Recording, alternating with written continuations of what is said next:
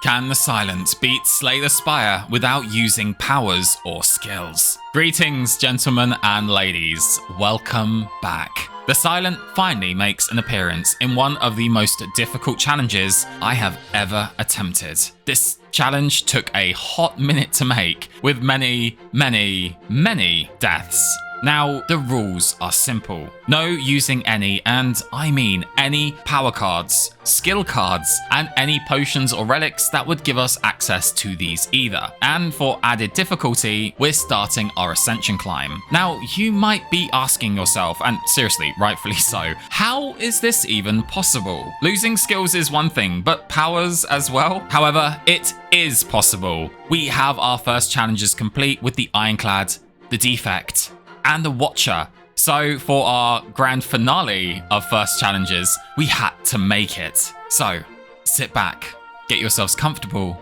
for it's time to climb. Climb time! Today, 4 choices are presented to us: upgrading a card, a common relic, 14 max health, or switching our relic for a boss one. We quickly checked the map to see what paths lay before us before assessing the offers. Upgrading our neutralize for 2 weak and the extra HP were both good ideas, and I should have picked one of them for consistency's sake. That being said, I'm a sucker for a random relic, and thankfully it was a useful one. Blood Vial. This relic heals us 2 HP every time we enter a combat. Talking of combat, we face off against 2 green louse, correctly distributing our damage with losing 10 health. We pick up an explosive potion and a dash. This was the only card in the entire Silent kit available to us that can give us block, and whilst it will definitely not be enough on its own, it's a fantastic start. Next up was Match and Keep with the Harmless Gremlin. Our first attempt shows a dash. We have to find the other and avoid injury. We mirror our first selection, showcasing a neutralize and poison stab. Now for the 2 middle cards and a glass knife?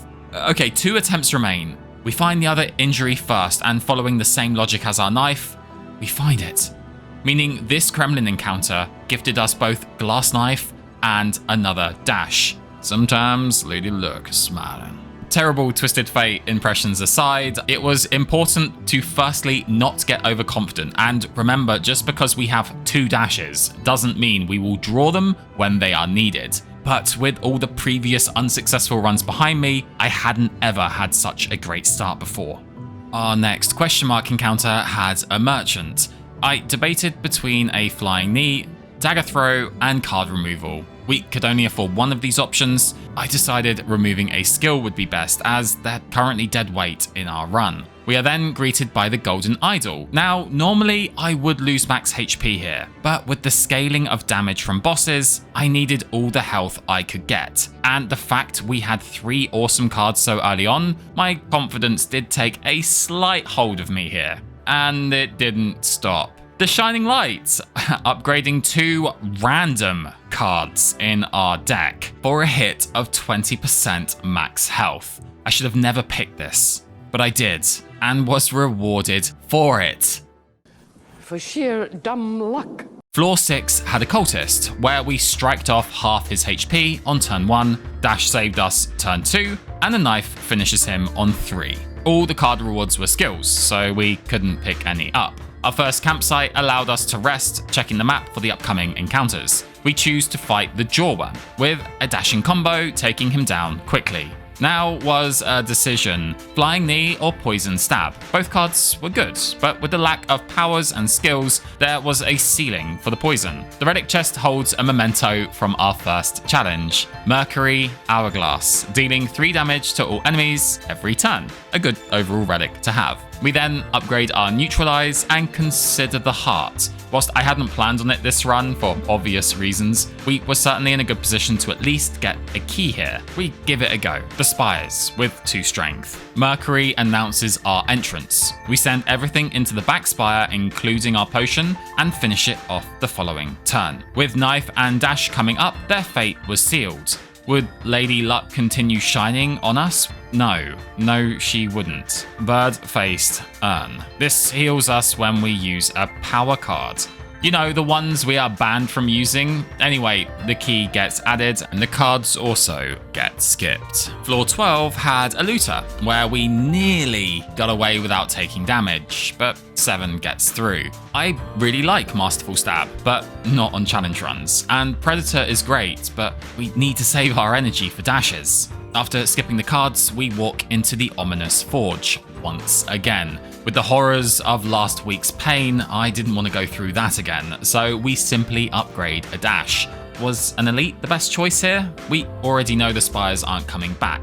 Gremlin Knob would be ideal, and with Hexaghost, taking damage from Laguvulin would probably be okay, which is who we got. We don't waste any time, comboing our knife, knee, and strike, waking him from his slumber. No dash on turn 2 isn't ideal, but at the very least we weaken his attack, with 13 getting through to us. Upgrading our dash proves correct here, allowing us to block his next attack completely, and with a couple more strikes, the Guvulin goes down. It gives us a lantern, a solid relic, especially for the Silent who starts with 2 extra cards in hand. We also pick up the Forge's Potion, before once again skipping on the card rewards. We take a quick rest before preparing ourselves for the boss of Act 1, Hexaghost. If we could get a dash on his big hit, that would help a ton here. We only have 50 health to play with. We bless our hand before sending the strike team directly to his front door. 30 damage was incoming next. Dash and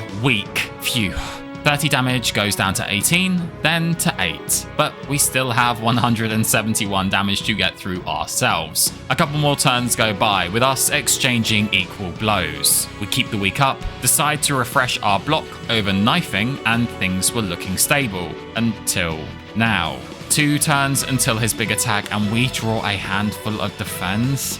2 damage from the burn and 14 unmitigated damage hits us where it hurts. Both us and Hexaghost were now engaged in a good old-fashioned Mexican standoff.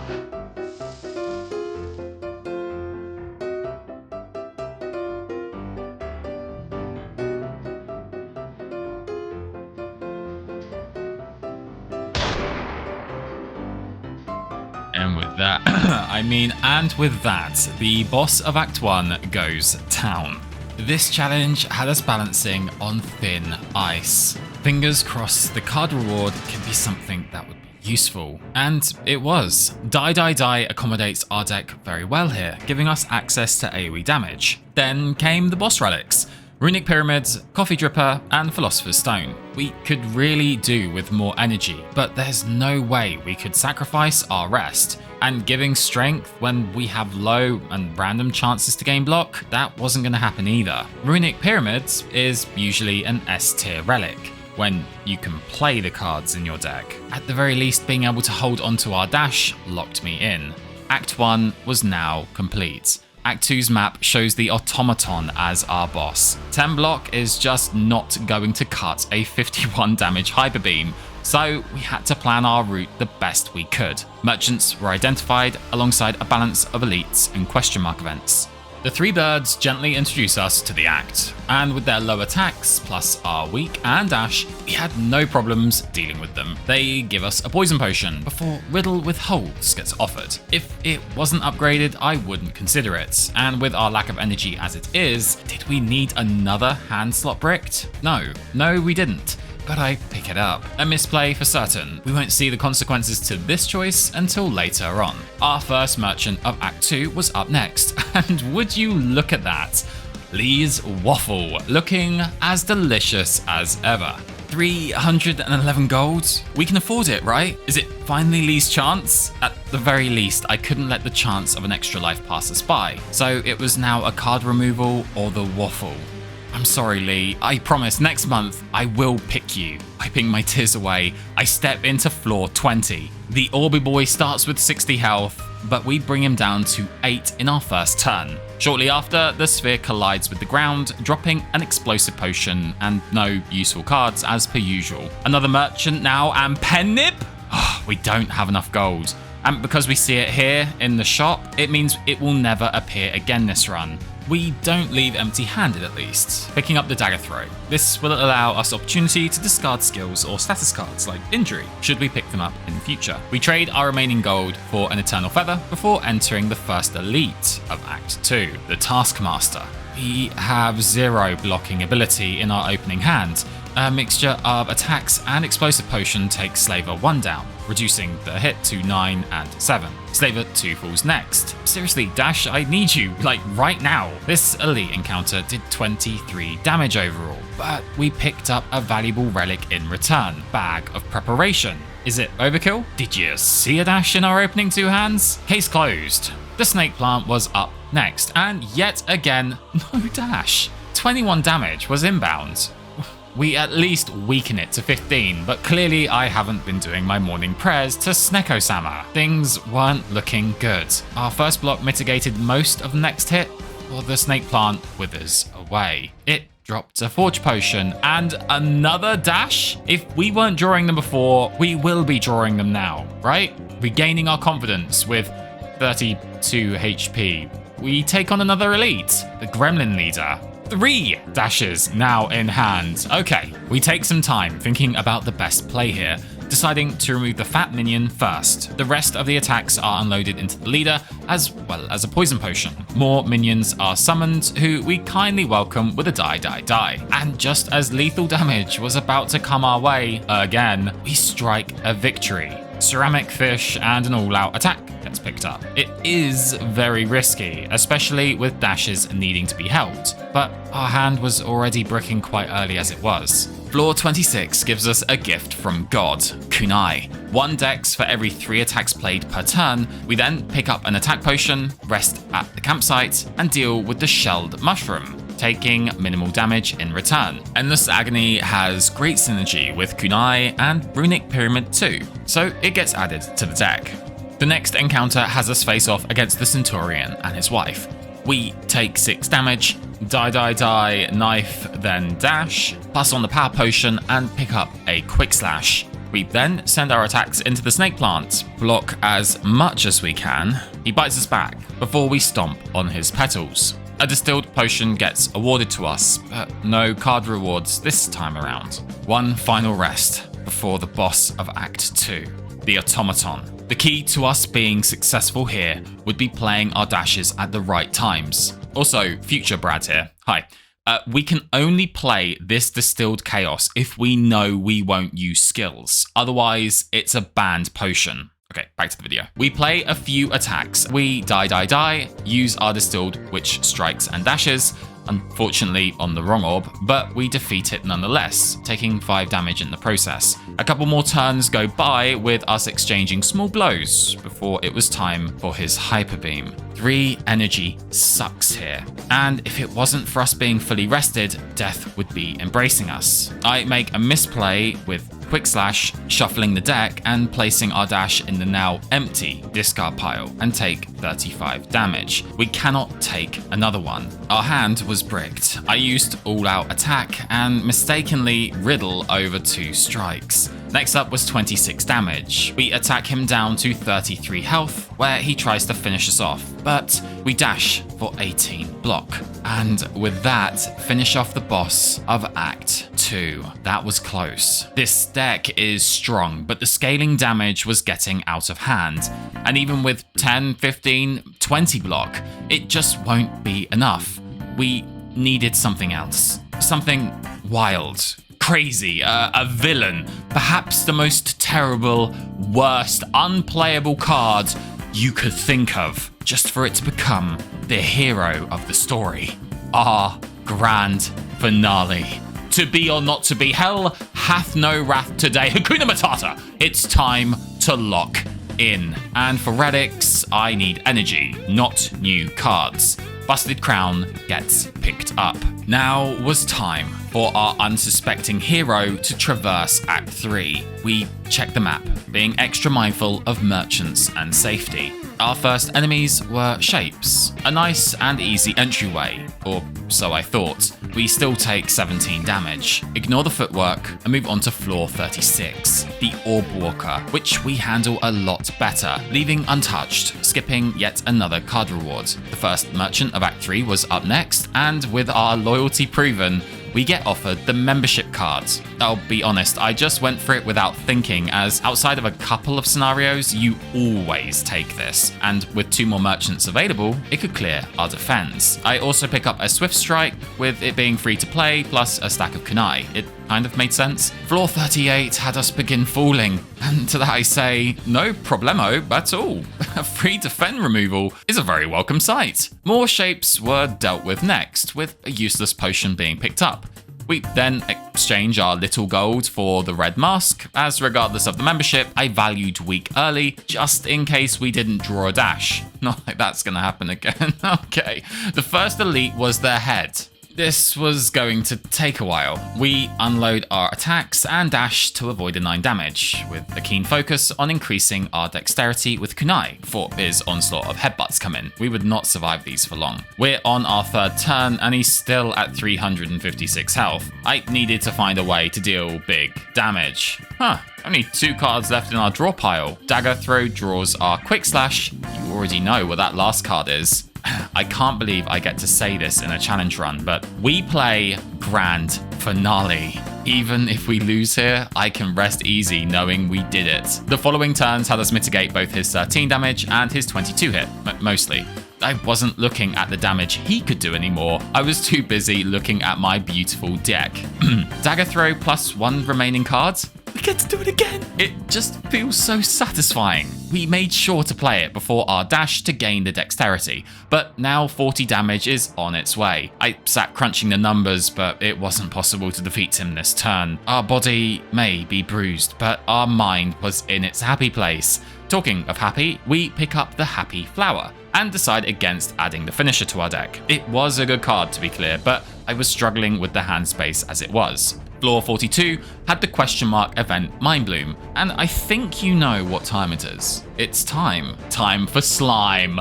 Slime time! In my 1,000 hours of Slay the Spire, countless Heart 20 Ascension runs, I have never felt so good defeating a boss than this moment right here.